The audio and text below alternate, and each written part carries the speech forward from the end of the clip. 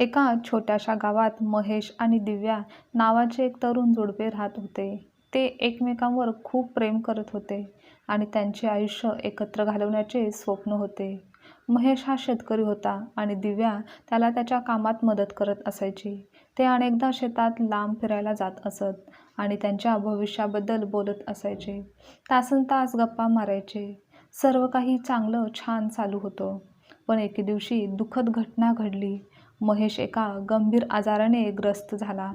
दिव्याने त्याला वाचवण्याचा खूप जास्त प्रयत्न केला, पण तरीही तो मरण पावला. या प्रकाराने दिव्या उद्ध्वस्त झाली. महेशशिवाय जगण्याची ती कल्पनाच करू शकत नव्हती. ती अनेकदा त्याच्या कबरीला भेट देत असे आणि तेथे तासनतास घालत रडत असे आणि त्याच्याशी बोलत देखील असे. असेच दिवसांचे आठवडे झाले, आठवड्यांचे महिन्यात बदलले, पण दिव्याचे महेशवरील प्रेम काही कमी झाले नाही. तिला दिवसाच्या प्रत्येक क्षणाला त्याची आठवण येतच होती आणि तिला त्याच्यासोबत राहण्याची इच्छा होती. तिने महेशला पुन्हा जिवंत करण्यासाठी देवाकडे प्रार्थना केली, पण तिची प्रार्थना अनुत्तरितच राहिली. एके दिवशी दिव्या महेशच्या कबरीला भेट देत असताना तिला आवाज आला.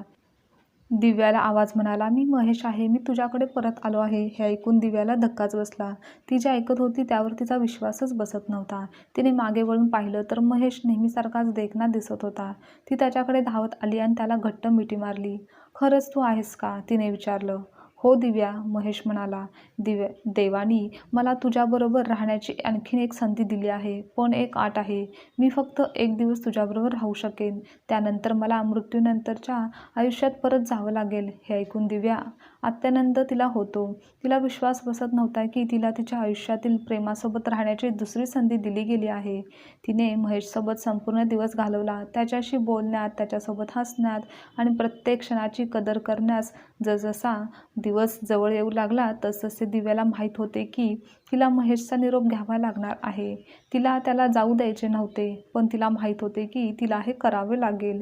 तिने त्याला घट्ट मिठी मारली आणि त्याच्या कानात कुजबुजली, "माझे तुझ्यावर प्रेम आहे आणि महेश आणि मी तुझ्यावर नेहमीच प्रेम करेन."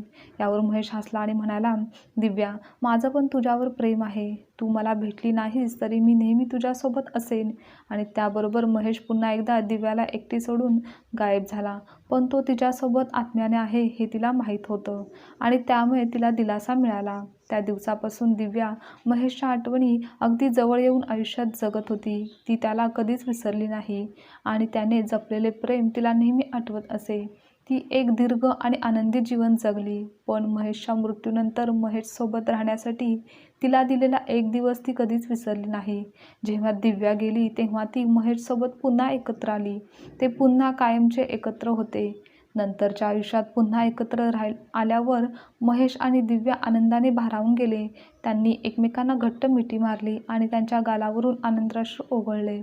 हा एक क्षण होता ज्याची दोघांची इच्छा होती पुन्हा एकत्र राहण्याची, कायमची.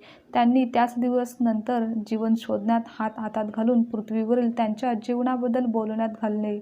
त्याने एकत्र घालवलेले चांगले काळ आणि मात केलेले संघर्षाची आठवण करून दिली. ते हसले आणि रडले सुद्धा. आजची कथा तुम्हाला आवडल्यास लाईक, शेअर, कमेंट करा आणि चॅनलवर नवीन असाल तर चॅनलला सबस्क्राईबसुद्धा नक्की करा.